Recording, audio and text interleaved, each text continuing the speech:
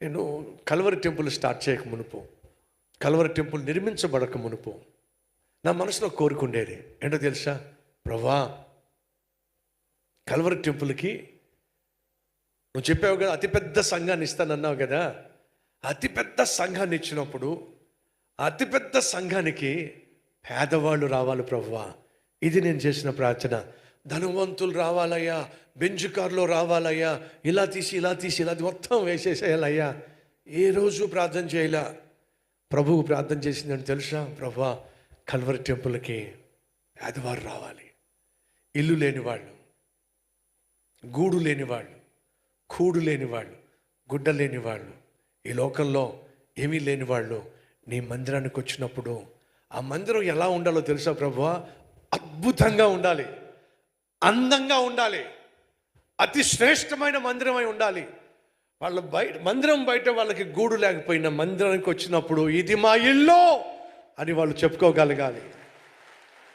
ఇది మా మందిరం అని చెప్పి ఆ మందిరాన్ని చూసి వాళ్ళు ఉప్పొంగిపోవాలి. ప్రభు, అలాంటి మందిరము దయచేయి ప్రభువా.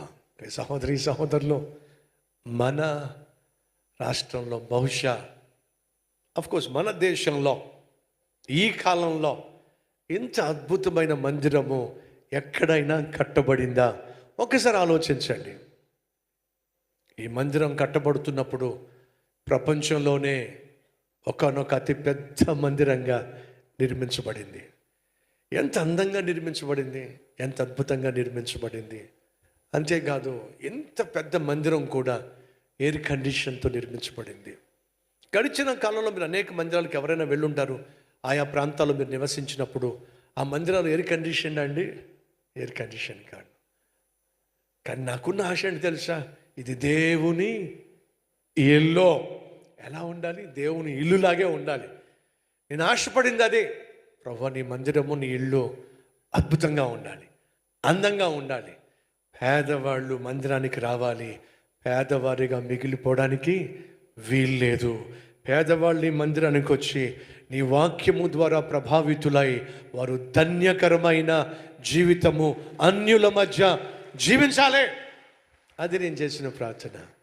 ఈరోజు ఒకప్పుడు సరైనటువంటి చెప్పులు లేకుండా మన మందిరానికి వచ్చిన వాళ్ళు ఈరోజు చక్కని బూట్లు వేసుకుని మన మందిరానికి వస్తున్నారు. అంటే బూట్లు బయట వదిలిపెడతారు అనుకోండి. ఒకరోజు సరిగా బట్టలు లేకుండా మన మందిరానికి వచ్చిన వాళ్ళు ఈరోజు చక్కని బట్టలతో మందిరానికి వస్తున్నారు. పట్టు చీరలు కాదనుకోండి. ఒకప్పుడు కాలినడకన వచ్చిన వాళ్ళు ఈరోజు మందిరానికి చక్కని కారుల్లో కూడా వస్తున్నారు. ధనవంతులు దీవించబడడం కాదండి, దేవుని విశ్వసించిన పేదవాళ్ళు దీవించబడాలి. ప్రభువుని విశ్వసించినందుకు మీరు ఐశ్వర్యవంతులు కావాలని ఆశపట్టలేదు, కానీ ప్రతి అవసరము తీర్చబడాలి అని మనస్ఫూర్తిగా కోరుతున్నాను. ఈరోజు మీరు చూస్తున్న మందిరము ఒకప్పుడు నా కళ, ఒకప్పుడు నేను చేసిన ప్రార్థన.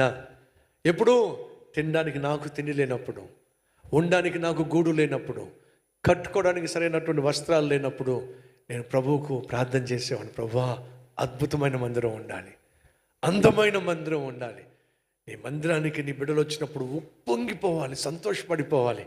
అలాంటి మందిరం ప్రభువా దయచేయి. మీ సహోదరి సహోదరులు వినండి.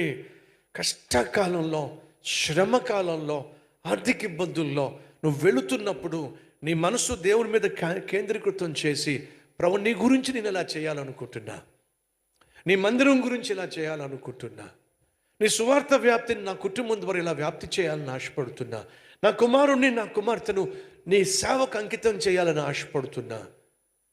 అని నువ్వు ఏమైతే ప్రార్థన చేస్తావో దేవుడు తగిన సమయంలో నువ్వు చేసిన ప్రార్థనకు జవాబుగా నీ జీవితాన్ని అత్యధికముగా ఆశీర్వదిస్తాడు. మర్చిపోకండి, దావీదును దేవుడు ఆశీర్వదించాడా లేదా? ఆశీర్వదించాడు. గొల్లోడో పశువుల కాపరి, కానీ దేవుని మీద తన మనస్సును పెట్టుకున్నప్పుడు దేవుడు గొల్లవాడిని కాస్త గొప్ప రాజుగా మార్చేశాడు. దీవించబడిన తరువాత, రాజు అయిన తరువాత గర్వంతో గుణాన్ని పాడు చేసుకోవాలా. మరి ఏం చేశాడో తెలుసా అండి? ప్రభా, జ్ఞాపకం ఉందా నీకు? కష్టకాలంలో ఉన్నప్పుడు, శ్రమల గుండా వెళుతున్నప్పుడు ఆ రోజుల్లో ప్రార్థన చేసేవాడిని. ఏమని? నీకంటూ ఒక అద్భుతమైన మందిరాన్ని నిర్మిస్తానని చెప్పి, అయ్యా ఈరోజు ఆ మందిరాన్ని నిర్మించగలిగిన శక్తి నాకు ఇచ్చావు, ఆ మందిరానికి ఇవ్వగలిగిన శక్తి నాకు ఇచ్చావు, కాబట్టి ఎలా మౌనంగా ఉంటాను ప్రభువా? ఏమైతే నేను ఒడంబడిక చేశానో ఆ ఒడంబడికను నేను నెరవేరుస్తానయ్యా, అద్భుతమైన మందిరాన్ని నిర్మిస్తానయ్యా అని చెప్పి దేవుని దగ్గర దావీదు మనవి చేశాడు. అప్పుడు దేవుడు అన్నాడు, దావీదు, నీ మనవి బాగుంది కానీ, నీ ఆలోచన బాగుంది కానీ, నువ్వు మందిరం కట్టాలనుకుంటున్నావు, కానీ ఒక విషయం దావీదు, ఏంటి ప్రభువా? నువ్వు నిర్మించాలనుకుంటున్న మందిరాన్ని నీ కుమారుని ద్వారా నిర్మిస్తా. అదే సమయంలో నువ్వు నా మందిరం నిర్మించాలని ఆశపడ్డావు కాబట్టి నేను ఎంతగా దీవిస్తాను చూడు. ఇప్పుడు రండి వెళ్దాం. ఎక్కడికి వెళ్దాం? 2 సమూయేలు 7వ అధ్యాయము. 2 సమూయేలు 7వ అధ్యాయం.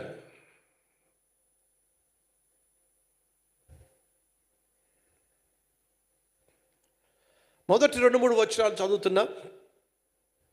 మొదటి వచనం కూడా, యెహోవా నలుదిక్కుల అతనికి శత్రువుల మీద అతనికి విజయం ఇచ్చి అతనికి నెమ్మది కలుగ చేసిన తరువాత రాజు తన నగరి యందు కాపురముండి నాతాను ప్రవక్తను పిలువనంపి, నేను దేవదారు మ్రాణుతో చేయబడినటువంటి నగరి యందు వాసము చేయుచు ఉండగా దేవుని మందస్సము డేరాల్లో ఉన్నదనగా, నాతాను, యెహోవా నీకు తోడుగా ఉన్నాడు కదా, నీవు ఏం చేయాలనుకుంటున్నావో చెయ్యి. మందిరం కట్టాలనుకుంటున్నాను. కట్టు దావీదు, మందిరం కట్టు. అంతకంటే గొప్ప భాగ్యం ఏముంటుంది? కట్టు. దేవుడు నీకు తోడుగా ఉన్నాడు కదా. తను స్థిరపడిన తర్వాత, దీవించబడిన తర్వాత తన మనస్సును దేవునికి దూరం చేసుకోవాలా.